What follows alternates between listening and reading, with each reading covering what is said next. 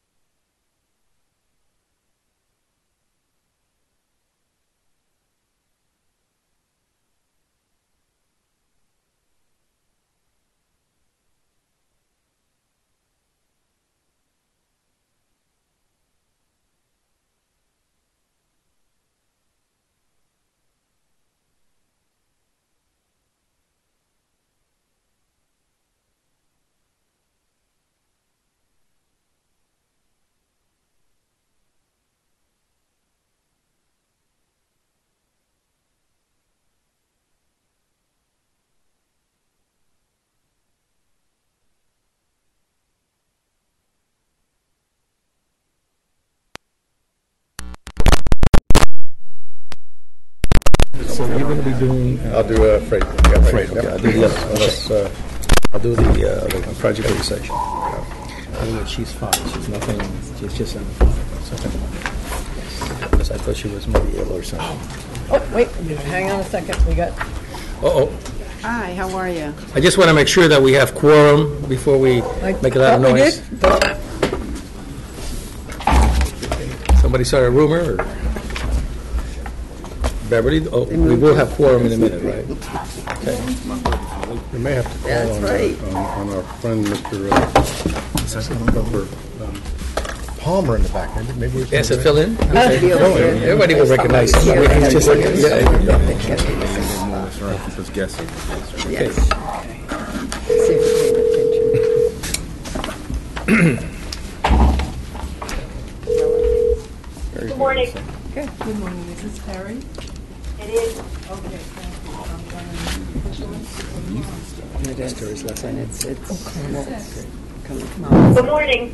of course, She's morning. Good morning. Mama said. And it stays Thank in you the for effort. accommodating me. Traffic was just, we were at a standstill for over an hour. I learned. Okay. I'll make the announcement that you're on the phone so nobody will say anything about you.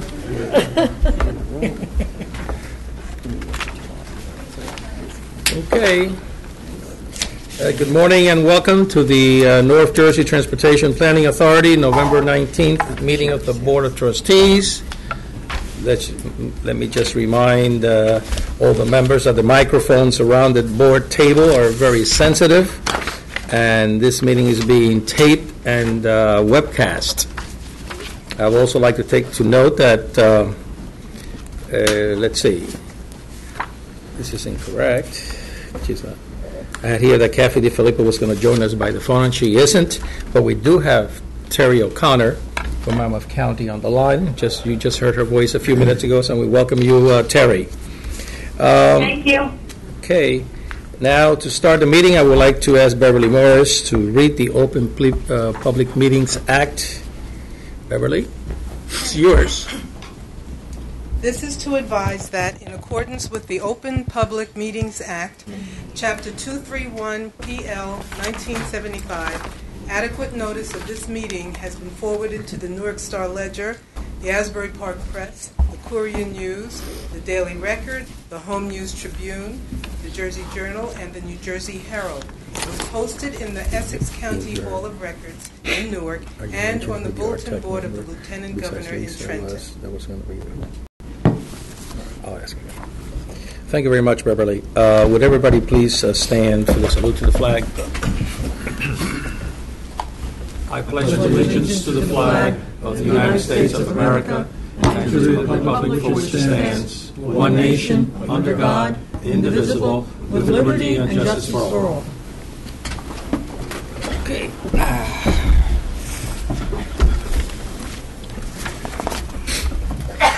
Okay, next item on the agenda, C, is roll call. Beverly, would you please call the roll?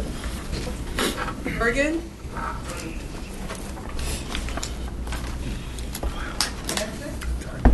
Hudson? Present. Hunterton? Present. Jersey City? Present. Middlesex? Present, not voting. Monmouth? I guess on the phone is not really present, but I don't know how you want to record it. You are present. You are present. Okay. Morris? Which one? Newark? Here. That's mine. Ocean? Here. Passaic? Here. Somerset? Present. Sussex? Union? Here. Orange? Let me get, Clerk's Office? Present. I don't have NJDOT? Here. NJ Transit? Here. Yeah. Party? Here. Citizens Representative? Present. Okay, Mr. Chairman, we have 15 voting members present and a quorum. Thank you very much. Okay. The next item on the agenda is the approval of the minutes. Are there any corrections, additions, deletions to the minutes of the July 9th board meeting? Are there anybody? Okay. Seeing none, Then I ask, may I have a motion to approve the minutes? So moved, Hundred. Second. Okay, been approved and second. It was Second. Pesek was the second. Bipartisan effort. Okay. Now, all in favor? Okay. Yes. Aye. Aye. Okay. Any opposed? Any abstentions? I abstain. You're abstaining, sir? Okay. Gentleman from Hudson County. I wasn't here for last time. And let me just take the time to recognize the Union County Vice Chair who is here, Betty J. Kowalski, and my official alternate member of the Union County delegation. Welcome, BJ. Glad you made it. Let's see. Now, the next part of the agenda is the chairman's remark. That's my remarks, I guess. Yeah, I got plenty of these. Okay. Well, good morning and welcome to the November meeting of the NJTPA Board of Trustees. And thank you, all of you, for joining us today. I'm sure you had a better ride than those going home on Thursday, hopefully. Before we get to today's action and our presentation, I'd like to take a moment to discuss last week's visit of the United States Department of Transportation to conduct the on-site part of the NJTPA Federal Certification Review.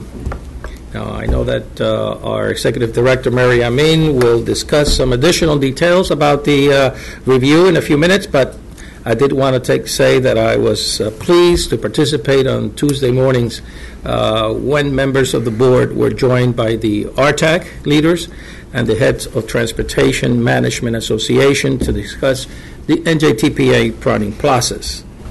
I'd like to thank Freeholder Holt, Freeholder Bartlett, Freeholder DeFilippo, and Freeholder Kenny for joining me at the certification review. It was a great opportunity for all of us to talk about how important the NJTPA is to the overall region as well as our own sub-regions. We told the review team that NJTPA's committee and board structure lets us get involved in planning process and helps us learn a great deal about the transportation challenges facing our region. It also creates a strong foundations for decision making. We also stated the bipartisan nature of the NJTPA board. This is definitely a place where the board members leave their political differences at the door and focus on improving transportation for the entire region. I've also like to thank the RTAC Chair, Lisa Betts from Union County, and Vice Chair Mark Jenke from Ocean County for joining us as well. They explained the important role that subregions and the planning process and talked about how staff from our subregions work closely with the NJTPA central staff here in Newark. Thanks also to Tara Shepard. I didn't see Tara this morning so far.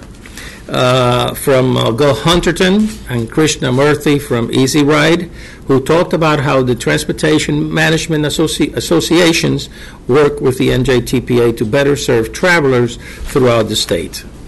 During this discussion, there was a common theme between the board, the RTAC, and TMA representative, that the NJTPA staff does a great job working with all of us, and as well as many other partners in the region. I'd like to thank Mary Amin and the rest of the NJTPA staff for all their efforts.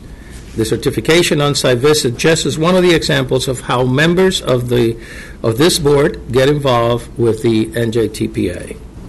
I'd also like to take the moment to thank Bergen County Executive James Tedesco for participating in a Street Smart kickoff in Rutherford last month, as well as representatives from Newark and Essex County who helped launch the NJTPA's Newark Street Smart campaign. I encourage all of my fellow board members to look for opportunities to spread the word about the NJTPA and its effort to get involved in the NJTPA various events. On that note, I'm happy to invite all of you to the upcoming annual meeting of the Metropolitan Area Planning Forum, or MAP Forum. It will be held here. Well, last time I had to go to New York, now they're coming here. This year, It will be held here in our conference room on Thursday, December the 6th, starting at 10:30. Please, we'd like as many of you to participate as possible. It will give you an insight as to what exactly is going on with all the region's planning capabilities. As you know, the MAP Forum is a group of 9 MPOs in New Jersey, New York, Pennsylvania, Connecticut, that works together to coordinate planning in the greater region and to discuss issues that go beyond the individual MPO borders. I attended last year's annual meeting at NIMTEC and found it to be an informative look at the many of the major issues facing this large, busy area, and I also plan to attend this year's meeting on December the 6th. It's already on my schedule. And I encourage you all to join me. I am sure it will be very informative. I should also note that the Federal Certification Review Team had very positive things to say about the NJTPA's coordination with our fellow MPOs, particularly through the MAP process. This is just one of the examples of how NJTPA is setting a national example for other MPOs to follow. I thank you all for making this good work possible and look forward to working with all of you in this new year. That concludes my remarks. What's that? That concludes your remarks. Somebody just said this is it. Okay. Now, NJDOT. Mike, is there any remarks from the DOT this morning? I just want to say good morning, and it's a pleasure to be here. I've worked with the NJTPA and the sub-regions for a number of years, and I'm looking forward to representing DOT on the board. Thank you, Mike Russo. Somebody this name has been known for years around DOT and around all our areas. So you're somebody who's been known for years. New Jersey Transit. Any remarks from you, Jeremy? Not today, sir. Thank you. All right. Listen, in the Freeholder Board in Union County, I bank my time. So my suggestion to you, you should start banking the time so you can use it at a later date when you really have some big reports to get. Fair enough. Thank you very much. All right, so now we're going to be going into committee reports. No, I think Oh, wait a minute. Who did I forget? you forgot me. Oh, Maybe. okay. I crossed you out for some reason. I don't know. I know when I crossed it out. Now I see it. Item F on the agenda is the Executive Director's report. Mary, will you kindly present your report to the board, please? Certainly. Thank you. As the chairman mentioned, last week's certification review went extremely well. We heard a great deal of positive and encouraging feedback from FTA and FHWA. I will echo the chairman in thanking the trustees, the RTAC members, the TMA representatives who participated. We were also heartened by the kind words of many friends and allied organizations who spoke at the public meeting and who submitted letters of support. As we told the certification team, the hands-on engagement of the board is one of the great strengths of our organization. It really has helped us to succeed and innovate in all of our planning work. Another great asset is our staff's expertise and enthusiasm. The federal team was clearly impressed with the range of staff presentations, and they noticed that we anticipated and addressed nearly all of their questions before they were even asked. So again, I'd like to thank the staff for the great work that they did last week and for the great work that everyone does every day. As the chairman noted, the review team praised our work in many areas. I think among the ones that we're the most proud of, though, are project status reporting and management, public engagement, coordination of the TIP development, collaboration with our neighboring MPOs, as was previously mentioned, integration of performance measures into the planning process, our local safety program, and more. FTA and FHWA noted that many of our programs can be considered national best practices and that they will share these with other MPOs across the country. The certification team will provide the NJTPA with a written certification report.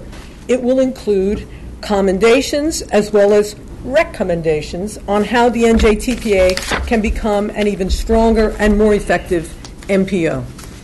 Overall, the message we heard was clear. Our planning process is working well and benefits our region. Throughout the certification review, we detailed how all our work is firmly grounded in Plan 2045, our latest regional transportation plan. As part of our presentations, we showed the team a video about the plan that I'd like to share with you all right now.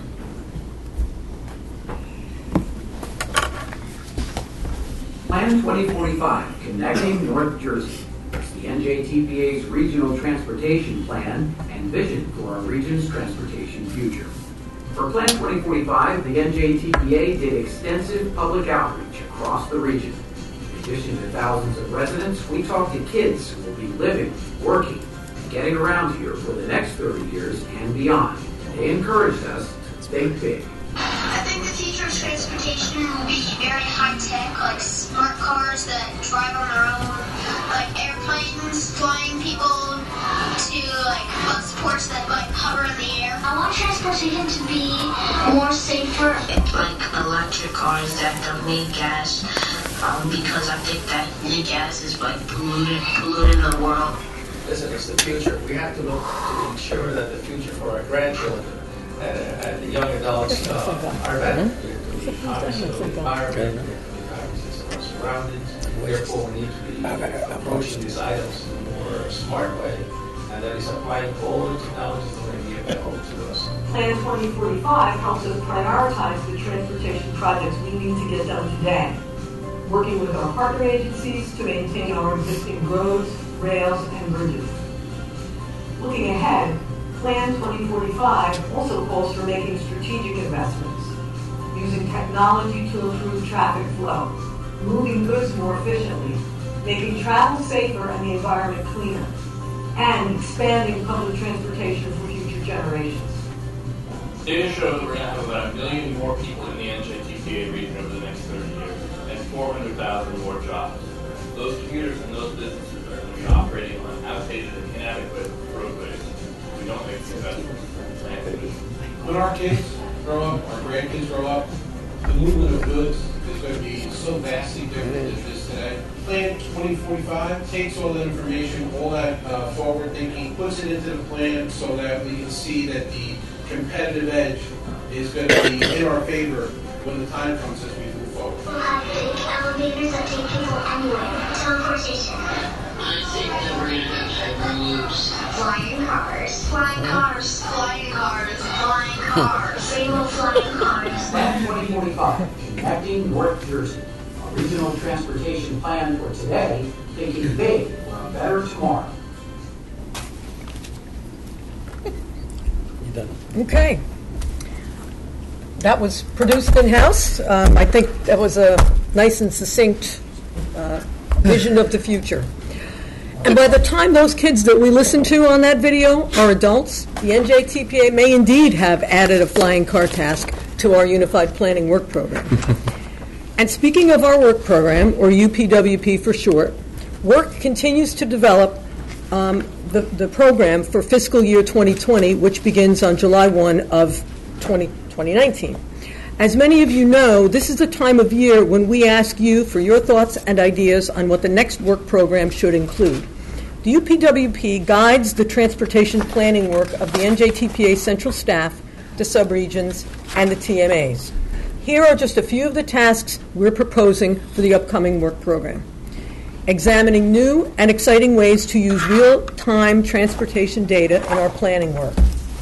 Implementing the many priorities of Plan 2045, even as we also lay the groundwork for our next long-range plan, which must be approved in the fall of 2021. Implementing the new public engagement plan that the board will vote on later this morning. Stay tuned for more details on that in Freeholder Bartlett's report. And many other exciting ideas. And of course, we'd very much like to hear your ideas for the coming year as well. This could include issues that need greater attention, possible studies, or new directions for our existing programs. We plan to circulate a draft work program next month, submit it for committee review in February, and ask for board adoption in March. One of our top priorities will certainly remain safety, including our Street Smart pedestrian safety campaign, which continues around the region and the state. Last month, Newark, Rutherford, Boonton, Bayonne, and Bordentown all conducted Street Smart activities. Thanks to all the board members and their staffs who helped with these events, and of course our TMA partners who have taken such an active role in promoting Street Smart. Outreach continues to local police and law enforcement organizations who are such key partners in these Street Smart campaigns. Later this month, for example, staff will present at a public safety accreditation conference in Atlantic City with representatives from police departments around the state.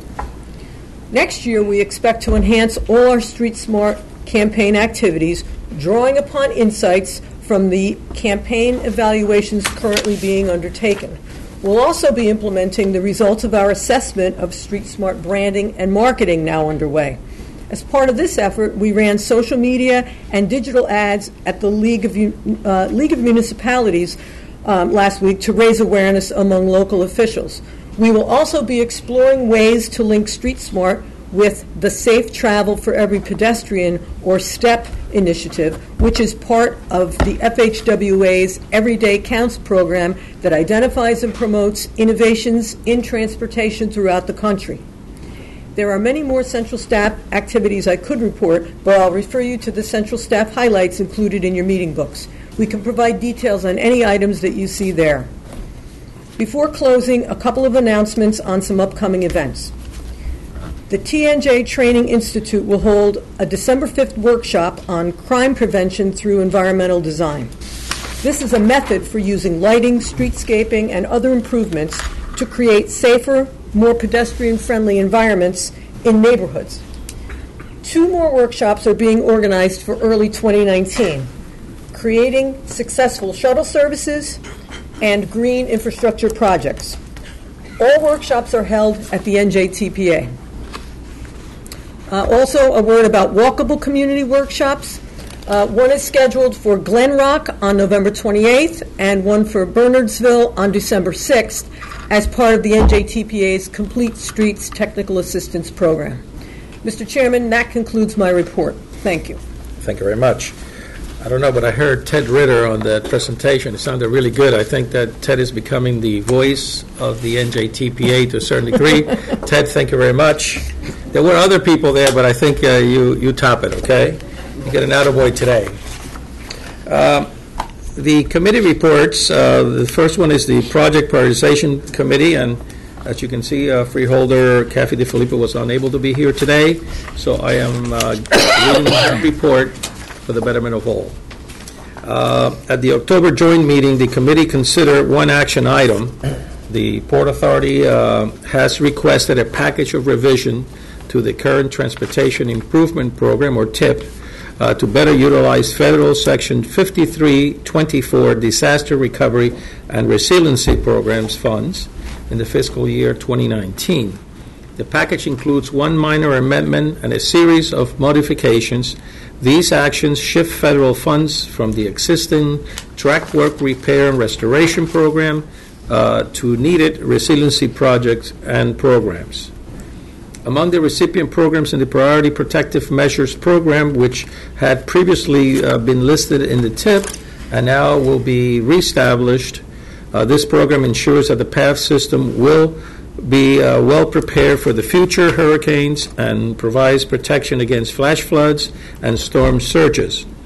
It will receive $11.9 million in federal funds and a $1.3 million match from the Port Authority. Federal funds are also being shifted to the PATH substations projects, which will receive $9 million in federal funds and $1 million in Port Authority matching funds. And the concrete seawall east of Harrison Cart Maintenance Facility project, which will receive $5 million in federal funds and $550,000 in Port Authority matching funds. Along with these shifts of federal funds in the current fiscal year, available funds from the past fiscal year, that's fiscal year 2018, will be carried forward through TIP modification of $30 million for the PATH substations project and $8 million for the concrete seawall facility. Both of these amounts will be particularly matched with Port Authority funds. The committee recommended the approval of this package of revision to the TIP This is listed in action item number 1 on Monday's agenda. Also, at the meeting where we received a briefing from the Freight Concept Development Project, which Freeholder Kenny or an alternate will, I think it's Freeholder Matt today. I think that's the new assignment. New assignment today, yes.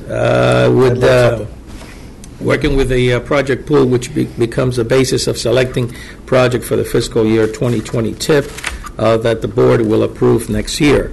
Next steps include gathering information on our new projects in the pool, scoring the projects using NJTPA recently updated prioritization criteria, and getting some regional input through a challenge round. Central staff will also meet with NJDOT, NJ Transit, FTA, FHWA, and other MPOs on revenue estimates. The committee will be briefed on these activities at its December meeting. And this concludes the Project Prioritization Committee report. So now we move into number 1 is the approval of revision to 4 projects for the FY 2018-2021 Transportation Improvement Programs as requested by the Port Authority of New York and New Jersey to utilize Disaster Recovery and Resilience Program funding. That's the attachment as G1A and G1B. May I have a motion to approve this resolution? Passaic moves. Okay, Passaic moves. 102nd. And 102nd. Okay, any comments from the board members on this particular item? Any comments from the public on this particular item? Seeing no, Beverly, would you please go to a roll call? Bergen? Yes.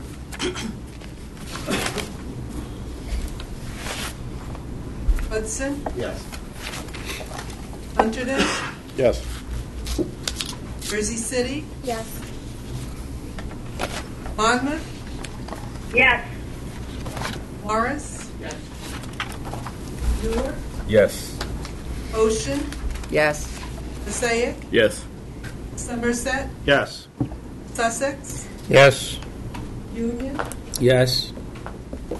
Warren? Yes. Governor's Office? Yes. NJDOT? Yes. NJ Transit? Yes. Port Authority? Yes. Citizens Representative? Yes. Motion's carried. Thank you very much. Lou Binich, the Disaster Recovery and Resilience Program funding, there's still more work to be done, if I understand it correctly from what you had expressed the last meeting. Yes, a lot of work underway, and again, all of these, we've come back many times for adjustments, and that's part of the iterative process we have with the FTA regional office, where we try to apply the federal funding with Port Authority match to the most appropriate projects in terms of their eligibility and their readiness to go. But yes, there's continuing work to be done. Thank you very much, Lou. I appreciate the clarification. I'm sure people are still asking, well, how long is this going to go? Well, this is the amount of the damage that was done through Sandy. It was, I tell you, amazing. Unless you saw it firsthand, the impact that the salt water in our tunnels had and everything else. It was just unbelievable. And then, if I may, just take a moment to, we have benefited from great help by NJTPA staff to be sure and also New Jersey DOT staff to be sure that we mind our P's and Q's.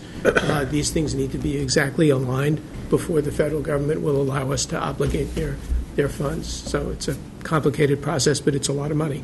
So, thank you so much. Next is the Planning Economic Development, and we'll have Freeholder John Bartlett, who is the chair. Okay. Thank you very much, Chairman. I'm pleased to report on the activities of the Planning and Economic Development Committee.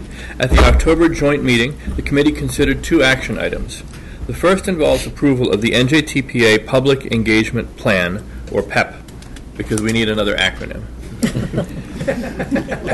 Many thanks to members of this board, the RTAC, and other stakeholders for their review and comments on the draft plan.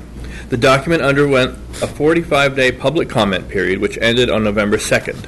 During that time, the public had opportunity to submit comments in writing and at a public meeting held on October 11th. The NJTPA worked with Rutgers Voorhees Transportation Center to develop this new plan, which commits the agency to enhancing opportunities for public participation. It calls for a number of innovative pilot projects, including a pilot public engagement advisory committee and another pilot committee to get more and better participation from young adults. Also, the plan includes strategies for better involving underrepresented populations in transportation decision-making. This is listed as action item number 2 on today's agenda. Action item number 3 focuses on safety performance measure targets for the NJTPA region. Federal rules on performance management require that MPOs and state departments of transportation coordinate to set performance targets for specified measures and integrate those targets into their planning documents and processes. If this action seems somewhat familiar, it's because we are also required to update these targets annually. The NJTPA coordinated with NJDOT, the New Jersey Division of Highway Traffic Safety, and the other New Jersey MPOs to analyze trends and develop appropriate safety targets aimed at 5 performance measures set by Federal Highway. These safety performance measures include number of fatalities, rates of fatalities per 100 million vehicle miles traveled, number of serious injuries, rate of serious injuries per 100 million vehicle miles traveled, and number of non-motorized fatalities and non-motorized serious injuries. With this action, the NJTPA agrees to plan and program projects that support the attainment of the state safety performance measure targets for 2019. The October meeting also featured a presentation on Together North Jersey's initiative providing technical assistance to implement the consortium's regional plan at the local level. This includes initiatives to prepare marketing and promotional materials for the region and to develop guidebooks for planning and transit hubs and evaluating community access to healthy food.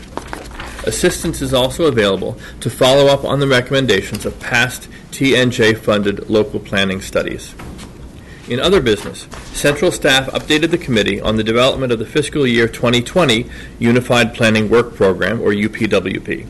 As Mary noted, the work program sets an agenda of planning work and studies to be carried out by NJTPA staff, the subregions, and TMAs for the coming year, beginning next July. It's a vital document. Indeed, many of the major projects we approve in the TIP, intersection redesigns, addressing road hazards, bus and rail upgrades, and much more, were identified and explored through sub-regional or corridor studies authorized by the work program. It also includes programs to support complete streets, pedestrian safety, and other priorities of the board. So I urge all board members to weigh in with your ideas. A draft of the work program will be distributed next month for comment. We'll be looking for committee endorsement in February and board approval in March. Mr. Chairman, that concludes my report. Thank you very much. Now, there's 2 items that we need to approve, and one is the support for the 2019 safety performance measure targets set by the New Jersey Department of Transportation collaboration with the NJTPA and others metropolitan planning organizations in New Jersey. That's items number G3A and G3B. May I have a motion to approve the resolutions? Motion, Hunterton. Hunterton moves. Come on, John, do it. Second. Sake seconds. 3 for 3. Is anybody else paying attention? It's okay, guys. Okay, you guys, you're doing it all. That's good. I love partisan relationship over here. Right. It's all good. Any comments from the board members? Anybody? Okay. Any comments from the members of the public? Seeing no one. Okay. Now, let's see. Beverly, I guess let's go to a vote. A roll call, please. Bergen, Yes. Hudson, Yes. Hunterdon, Yes. Jersey City, Yes. Monmouth, Yes. Morris, Yes. Newark, Yes. Ocean, Yes. Passaic, Yes. Somerset, Yes. Sussex, Yes. Union, Yes. Warren, Yes. Governor's Office, Yes. DOT, Yes. J Transit, Yes. Port Authority, Yes. Citizens Representative, Yes. motion carried. Thank you very much. And that was item number 3 on the agenda. Now we go into item number 2, is the approval of the NJTPA Public Engagement Plan, and that's attachments G2A and G2B and G2C. May I have a motion to approve this resolution? Somerset moves. Thank you very much, Motion Somerset. second. You seconded? Motion. Thank you. Now, any comments from the board members about this particular item? Okay. Any comments from the members of the public on this particular item and the public engagement plan? Okay, seeing none, then Beverly, would you please call the roll? Yes. Hudson? Yes. Hunterdon? Yes. Jersey City? Yes. Monmouth? Yes. Make sure you invite Laura Morris? to come to Yes. Newark? Yes. Ocean? Yes. Passaic? Yes. Somerset? Yes. Sussex? Yes. Union? Yes. Warren? Yes. Governor's Office? NJDOT? NJTPA? Yes. Authority? Yes. Citizens Representative? Yes. Motion is carried. Thank you very much. And the next item here is the freight initiatives, and today we have freeholder Matt Holt, who will be leading us on this charge. Thank you, Sir. Chairman. I appreciate that. The Freight Initiatives Committee met in October, and they focused on 2 key truck issues. The first was the cost of congestion, and the second was truck parking. The first speaker that reported to the committee was Jeffrey Short, who is a senior research associate at the American Transportation Research Institute, or ATRI, which is easier than saying the 4 words together. And that is a trucking institute research organization. ATRI uses a GPS data aggregation system to track over 800,000 trucks nationwide at any given point in time. And according to ATRI, and these are some really great figures here, New Jersey ranks 4th in the nation in the total cost of congestion and 2nd in cost per highway system mile. And Hudson and Union counties rank 4th and 5th among counties nationwide in the cost per mile due to congestion. I don't think I need to go too far to say where those costs get passed to.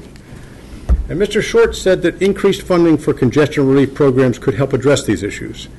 He noted that additional flexibility to federal driver hours of service could allow truckers to avoid congestion by traveling at times when there is less congestion. And Mr. Short also said that increasing truck parking capacity could help the industry to more safely and effectively meet hours of service regulations. The next speaker that joined the committee was Tom Carney, who is a senior freight specialist, Office of Technical Services at Federal Highway Administration, and he focused on the critical truck parking issue. He noted that the National Coalition of Truck Parking includes 3 federal highway departments. It also includes the American Association of State Highway and Transportation Officials, or AASHTO, and the American Trucking Association, among others, and that they do meet to share ideas related to a variety of issues, one of which, of course, is parking. And he said that there are a variety of parking initiatives taking place at the federal, state, regional, and local levels, both in the public sector as well as the private sector. Some of those are that states are adding new parking spaces at public facilities, and one of those examples is the New Jersey Turnpike, which has done much of that at the Vince Lombardi service area. Companies like Unilever and Crisca Transportation Group operate safe haven parking programs at their facilities, and Meisner Distribution in Michigan allows drivers to actually stay on site and to meet hours of service rest requirements. But he also noticed that technology can help drivers. And there's a project in the Midwest that provides drivers with a very seamless system to communicate parking options. And that project actually covers 132 public and private sites on key Midwest freight corridors, and it monitors real-time parking, real-time availability, and also aggregating and analyzing the data. Also, there are a number of states and MPOs that have been conducting truck parking studies. The NJTPA, playing its part, of course, updated its North Jersey truck rest stop inventory this year, and it's made information available online through the Freight Activity Locator tool, and that database has been shared with NJDOT. Despite all of these efforts and many others, truck parking capacity shortages continue to exist, and the subject remains a critical topic both nationally as well as locally. Also at the meeting was Scott Parker of Jacobs Engineering, and he briefed the committee on a development for for the intake process for projects to enter into NJTPA's new Freight Concept Development Program, which is a first step towards implementation. And there are 2 pilot programs that are currently underway. They are the Dover and Rockaway Rail Realignment Project in Morris County and the Phillipsburg South Main Street Bridge Rail Clearance Project in Warren County. Jen Greiner of WSP, which is part of the consultant team, briefed the committee on some details of the methodology for identifying and also for scoring potential projects for consideration. The materials have been distributed to the committee and to the RTAC for review and feedback, and next month, Chairman, the Freight Initiatives Committee will be asked to adopt the project intake process as part of the Freight Concept Development Program, and that includes the Freight Initiatives Committee report. And Mr. Chairman, with your permission, I've got a much briefer report on federal policy. Would this be a good time to This is a great time to interject that into the agenda without your objection? Does it address anything to do with parking? It had nothing to do with parking. Okay, that's at this good. point in time. That's Nothing to good. do with parking whatsoever. Maybe they had an answer already. All right. But thank you. There are some brief notes on the federal legislative and policy developments, and most of you know that November 6th was a midterm election, and following that election process, there will certainly be some changes at the federal level, particularly in the House of Representatives. NARC, which is short for the National Association of Regional Councils, which I've got the pleasure of sitting on the board of directors for, held a webinar last Wednesday on the outlook of Congress following the midterm elections, and there were some key takeaways. First, by the way, it's way too early to be certain what it really means for transportation funding, but there's already continued talk about infrastructure as a potential area of bipartisan agreement between the House and the Senate and the President. Mitch McConnell, Nancy Pelosi, and President Trump have all made recent statements that follow along those lines, and the Democrats have stated that they will introduce a major infrastructure bill. We have to wait and see how that all turns out, and there's a saying that says hope springs eternal, and we remain very hopeful with regard to transportation. At this point, we know that the House Transportation Infrastructure Committee will have its new leadership. It's pretty certain at this moment that Congressman Peter DeFazio of Oregon will take the chairmanship. Congressman DeFazio has already called for a real infrastructure bill, and he's called for real money, and that is about $500 billion. The challenge always is that there's never really certainty as to kind of where that revenue is going to come from. Congressman DeFazio in the past has supported a gas tax increase. On the other hand, Oregon has also been a leader in piloting mileage-based user fees, perhaps better known as the VMT tax, so that could also be part of the discussion. Congress and the President may or may not have an appetite for raising revenue, but it is expected to be a major topic of conversation on the Hill next year, and the same goes for the automated vehicle regulations, which continue to evolve at the federal level. On a related note, Congressman Frank Pallone of New Jersey is expected to become chairman of the House Energy and Commerce Committee. He's indicated a willingness to explore new approaches to regulating automated vehicles. And I should note that New Jersey is losing one of its members of the House T&I Committee, Frank LoBiondo, who is retiring from Congress. However, Congressman Series and Congressman Payne are expected to remain, and it means that within the NJTPA region, we will be well represented on this very, very important committee. And as always, we look forward to continuing to work with them as we have in the past. As party control has not changed in the Senate, it's expected that the leadership of key committees will remain the same. In a nutshell, it is the legislative landscape in D.C. for the coming year. Our staff at NJTPA will continue to work with NARC and with our partners at the Association of Metropolitan Planning Organizations, or AMPO, to keep abreast of important policy and legislative developments. And, of course, staff will keep in touch with our delegation as well. Mr. Chairman, that concludes both reports, sir. Thank you. Thank you, Freeholder Holt. The second report was very interesting. We hope to see that there's a greater commitment toward transportation that is so needed throughout not only New Jersey, but the whole country. Now, I'd like to introduce our guest speaker, who will tell us about the upcoming 2020 census. Please welcome Linda Burke, Partnership Coordinator with the U.S. Census Bureau. Linda, it's all yours. Thank you. Good morning, everyone. And I'm delighted to see that I have an important group of stakeholders to speak to this morning. The census happens every 10 years, and as you know, it's 2018, so sometimes people want to know why we're starting so early. And I can say that you can never be too early in starting and preparing for the decennial, but there will come a time when it will be too late. So I appreciate the opportunity to speak before you this morning. I'm going to take some time to quickly go through what's normally a 20-minute presentation and do it in 5. So, not to concern you. I will skip through certain slides that aren't important. I think it's critical that I bring up the key issues that we need to address this time around. This is going to be a very challenging census. We know that we have a very complex and challenging environment for which we're performing under. There is the distrust of government. There are mobile families. 10% of our population is constantly moving.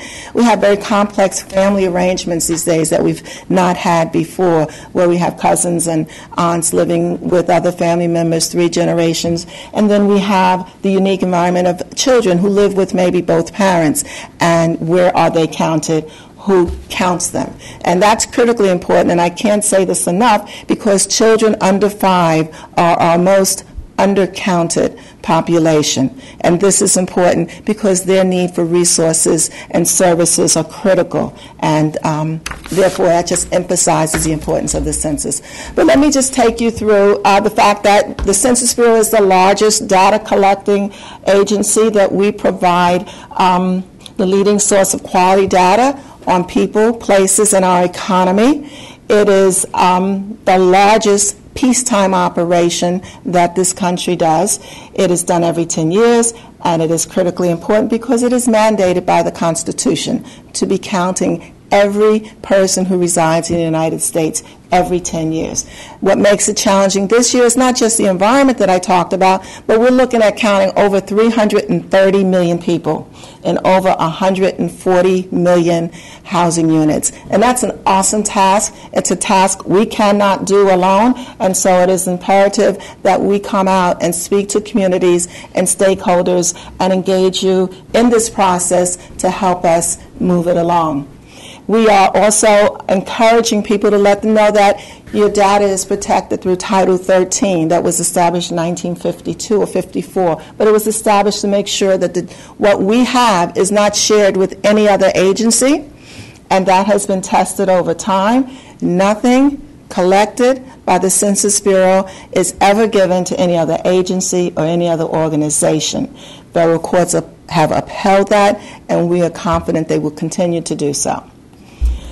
Now, the reason that we do the census is very important. There is a distribution of $675 billion from the federal government every year based on the numbers that we collect every 10 years. So the importance of that is that what we end up with as a result of numbers is something we live with for 10 years.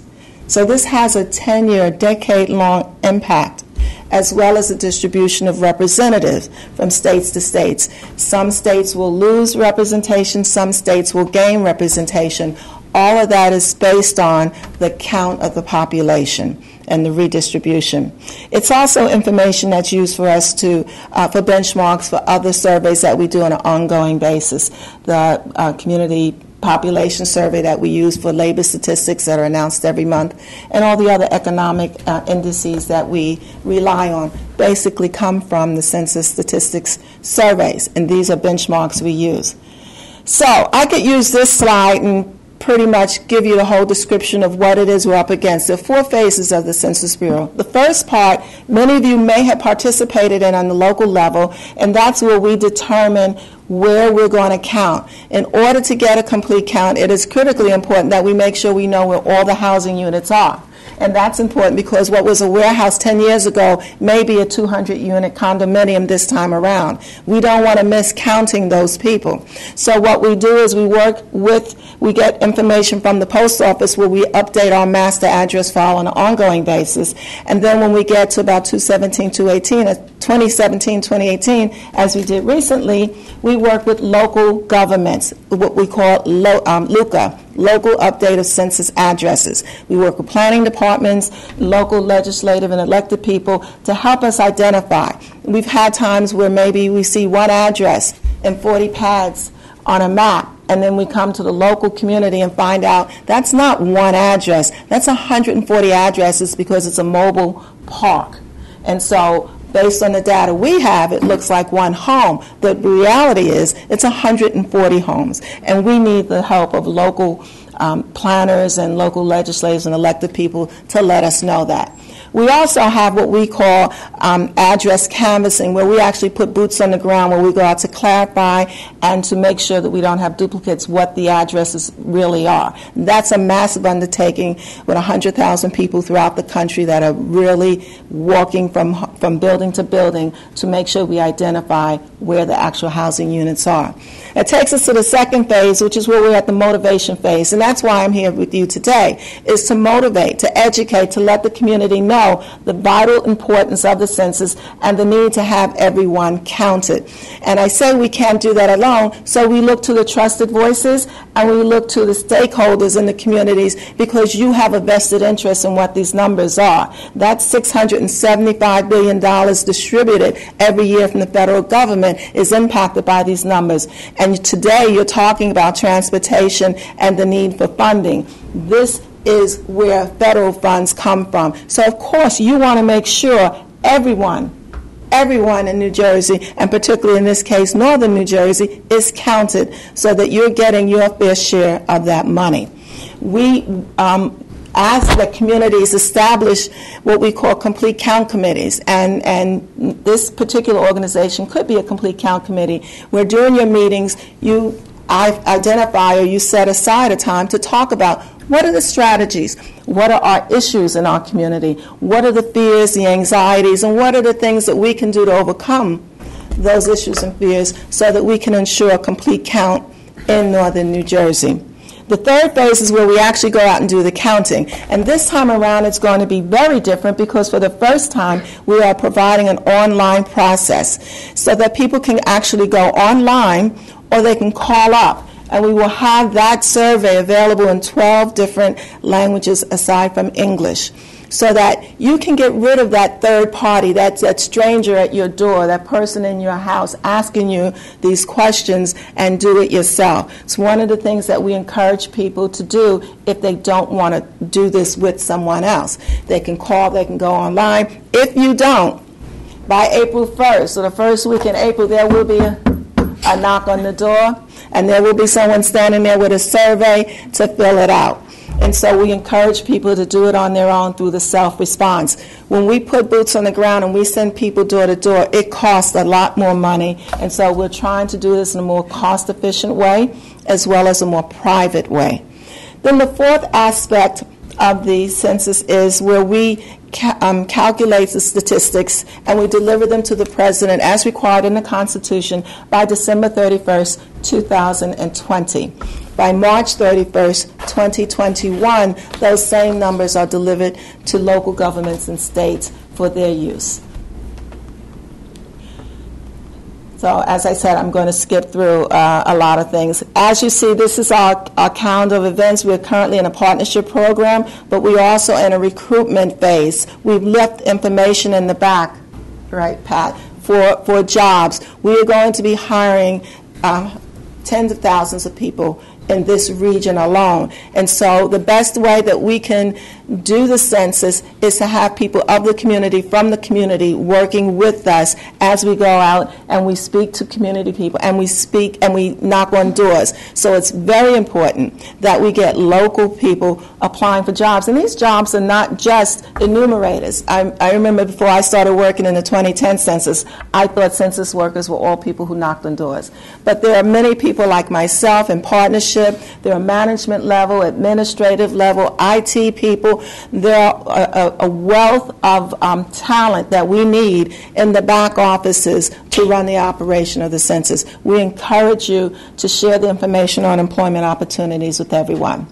In 2019, we have Wave 1 where we open our first, what do we call, we change the names every decennium. This year it's Area Census Office, ACOs. Okay, our first one for New Jersey is going to be in Trenton, New Jersey. And then subsequently in Wave 2, we will open up additional offices in New Jersey, which are, we have Nutley, Dover, Atlantic City. I'm not familiar with, I'm going to be honest with you, I'm a New Yorker, so I don't have all the New York, I'll show them to you on the map.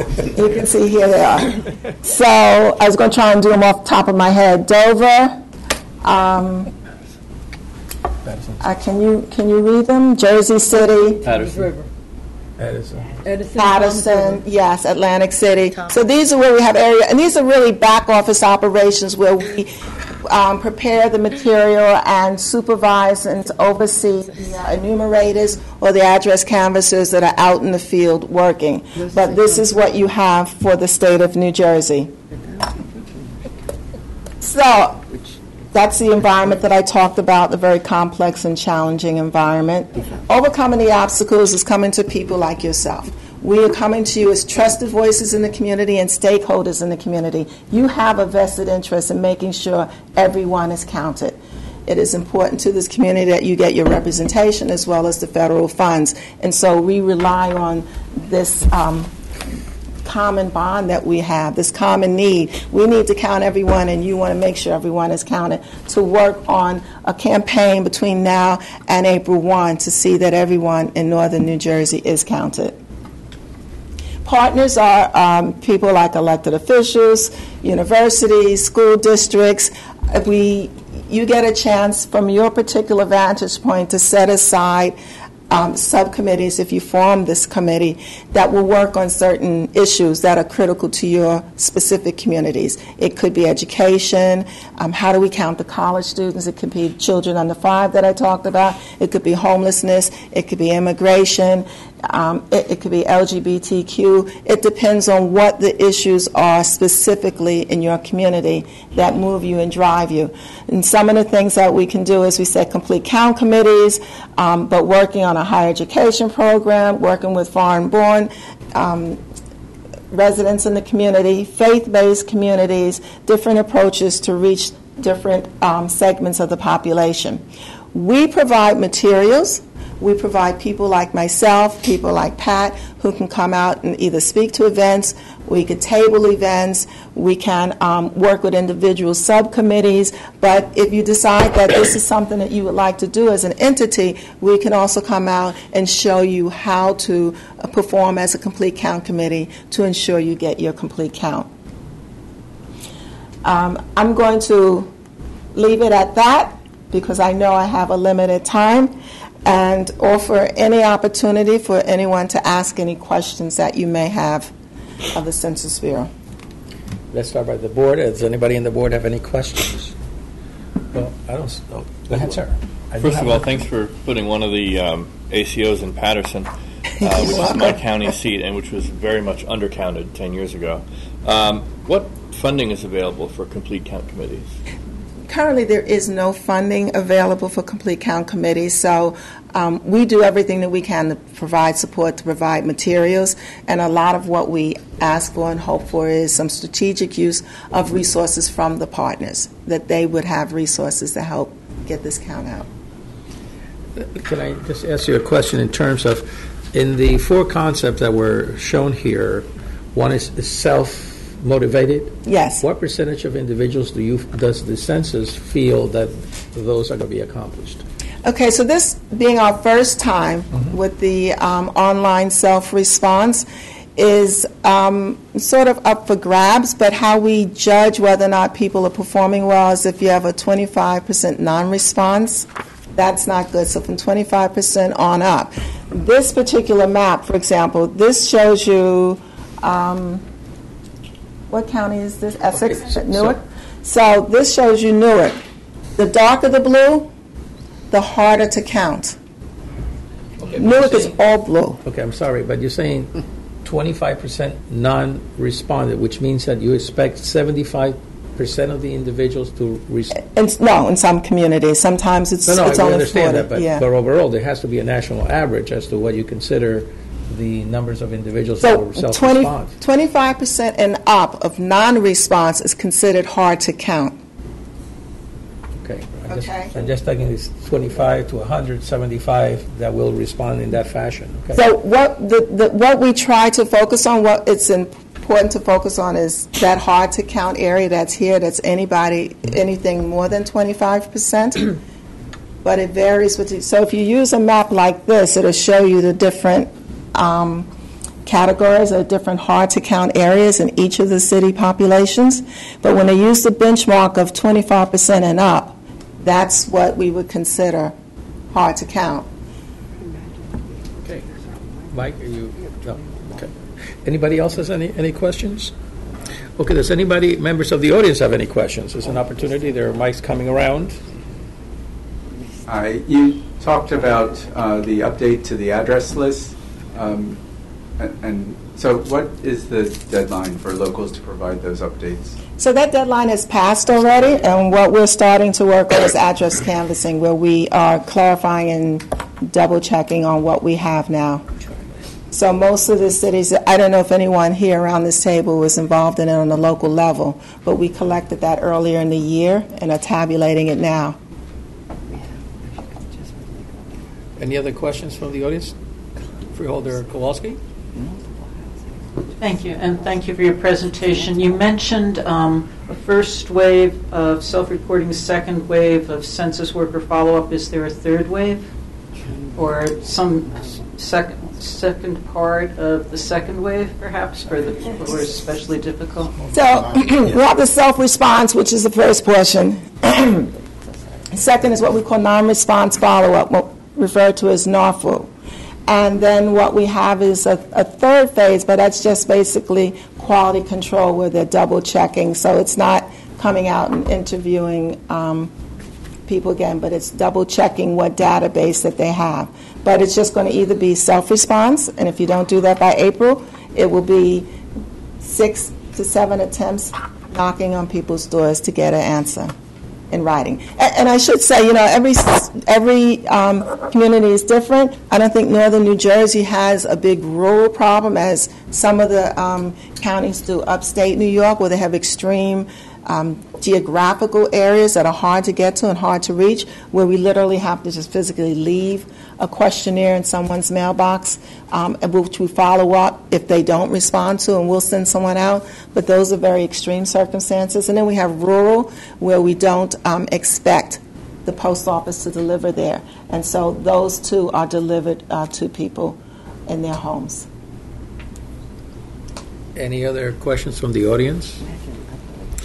Okay, seeing none, I guess, first of all, let me take the time to thank you very much, Linda and Pat, who are here, and the questions that people have had.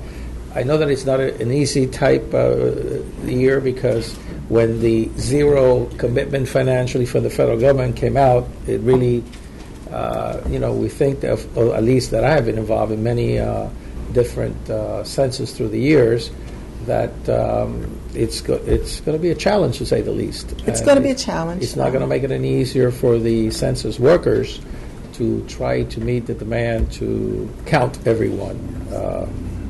But it's a challenge. We stay focused. We stay hopeful, and maybe new Congress will be supportive. So hopefully, we have our hopes. Because a wrong count has an impact in all our lives and all the services that we provide, as you have mentioned earlier. So we thank you very much for highlighting that point. Thank you. Have a good day.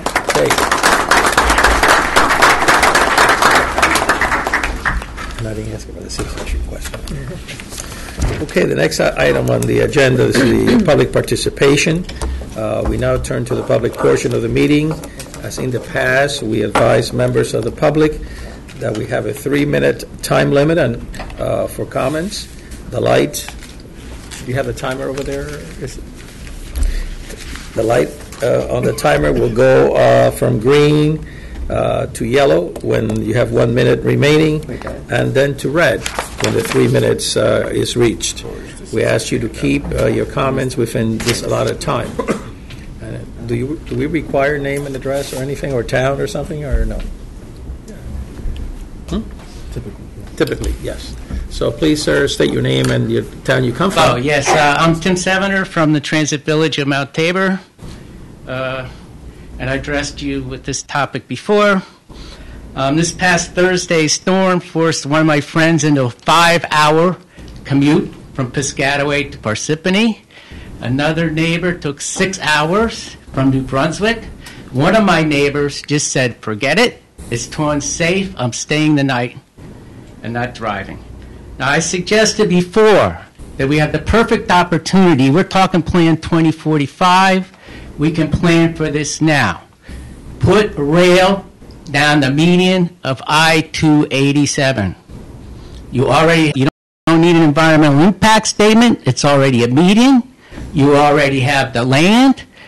And to give an example, I think one of the major corridors, which anybody who drives at 287, we have a lot of corporate offices along that corridor, and it would connect the major rail lines.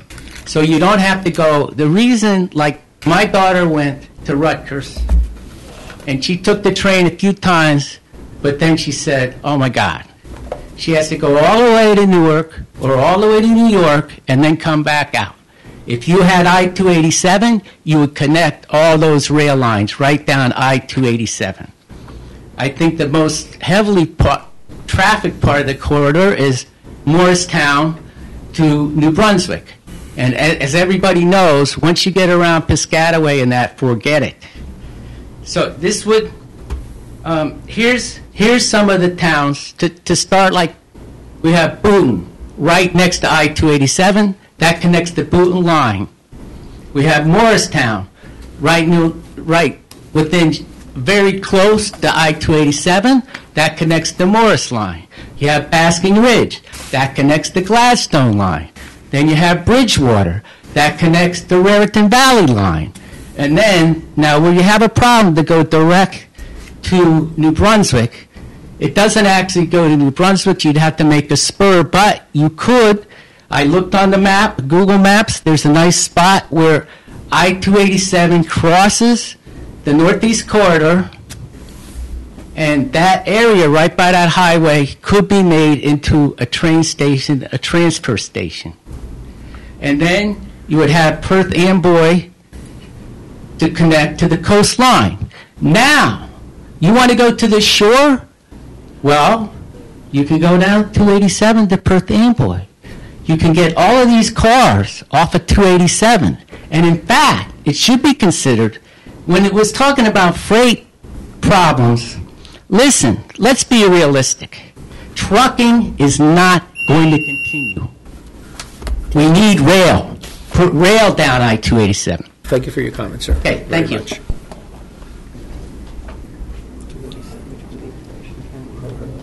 Chairman Estrada, Director Amin, directors, thank you for the opportunity to speak. You have copies of a statement made to the Port Authority in October.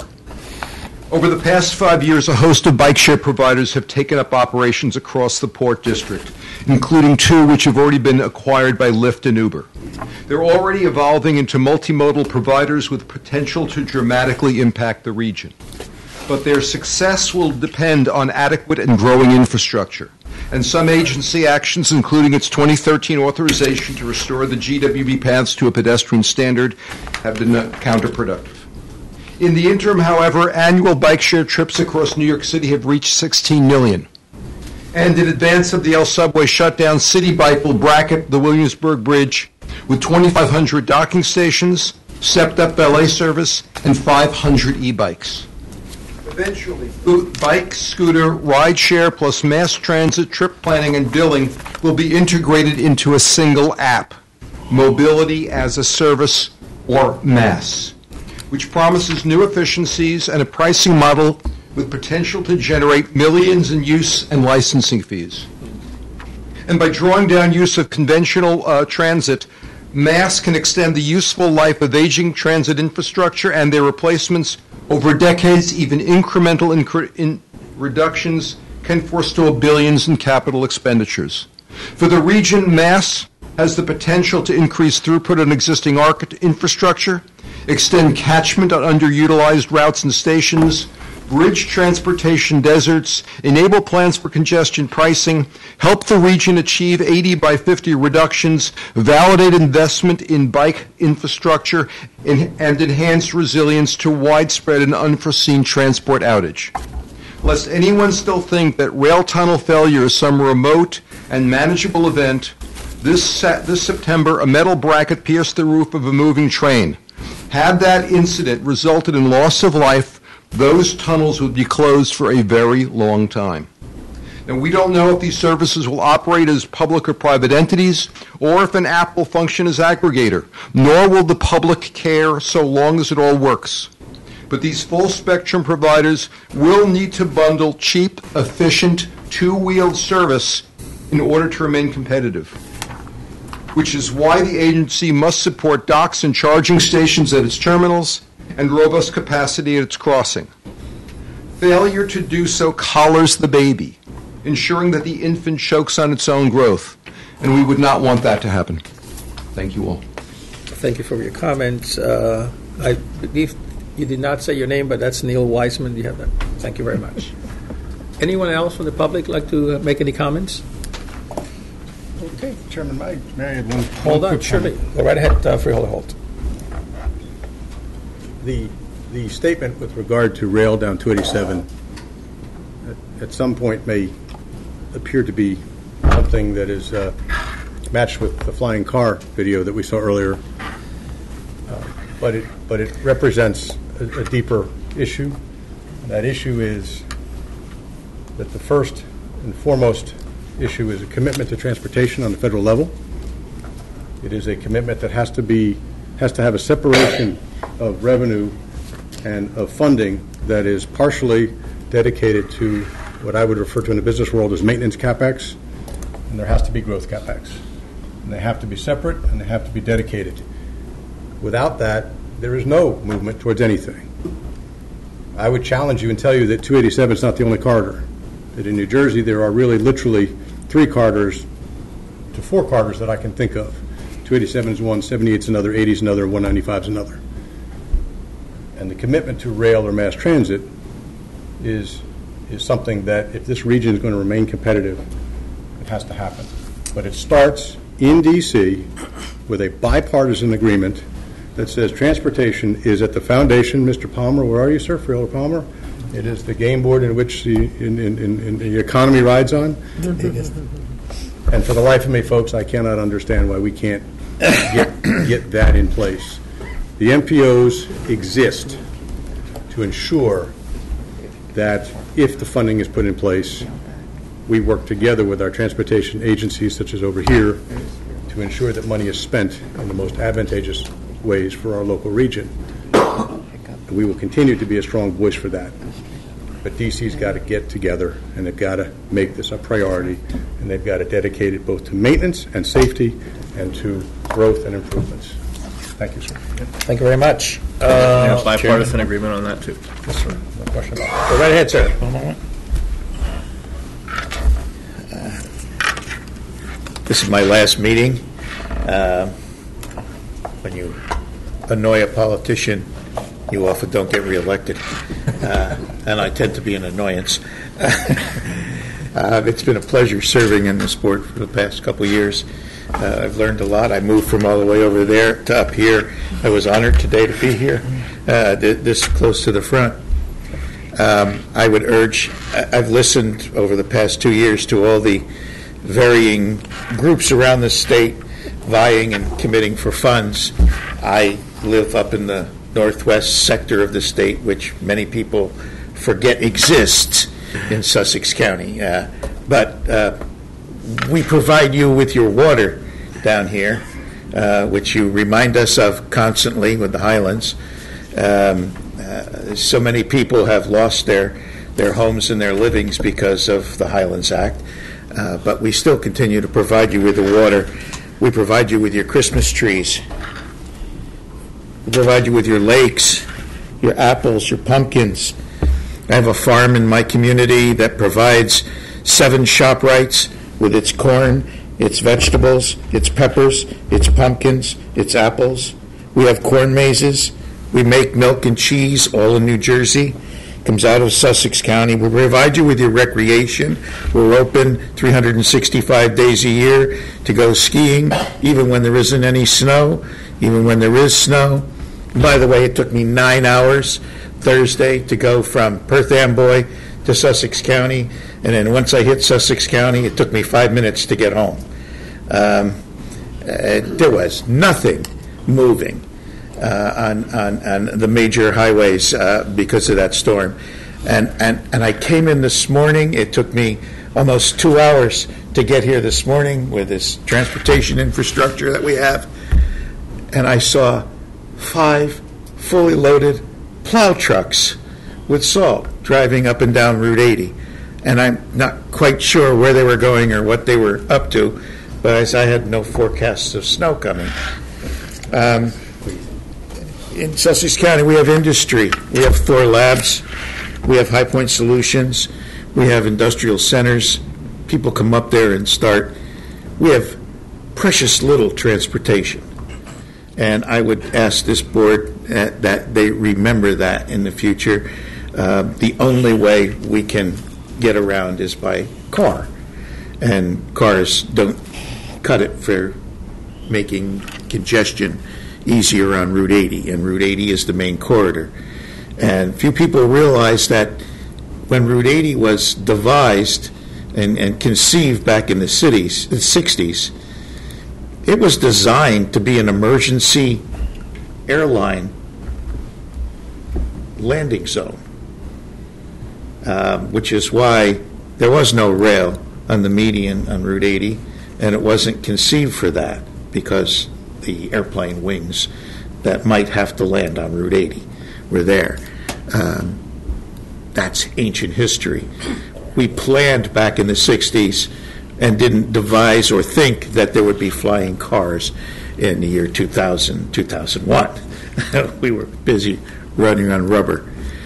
So I would just ask this board to remember that Sussex County is still up there. We will still continue to provide you with fresh milk, eggs, bread, cheese, and all the good things that you appreciate down here. And that's not to say that we do not appreciate the rest of the state of New Jersey, who does many different things and provides many things. This is a wonderful state. If we could only get our tax structure under control, we'd be a great state. But we have failed to do that for some reason. And thank you for all that you do in this committee, and thank you for giving me the pleasure of serving here. Thank you, sir. Thank you very much.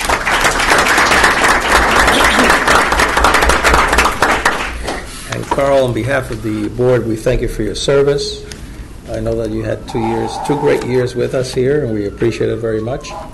I think, you expressed your opinions, which we always have welcomed. We're not a type of organization that only listens to one kind of opinion. We like to listen from all sides. So we thank you very much, and we wish you the best, sir. Thank you. And now we move to line number J here. Time and place of the next meeting will be held in January 14th, 2019 at 10 o'clock in the morning at the NJTPA 1 Newark Center, 1085 Raymond Boulevard, 17th floor in Newark, New Jersey. And now we'll call for an adjournment. Anybody wants to move it? So moved. Thank you very much. Second? Hi, guys. I'll second the motion. Can we have a voice vote? Everybody agrees? Aye. Aye. Anybody against adjournment? No? Okay. Anybody against it? Sure, everybody. You never know. Thank you very much for being here with us today. You don't come to. Happy Thanksgiving. And happy Thanksgiving, of course. Jack is main member. Just prove the point that Happy holidays. together. With 6 votes in favor, we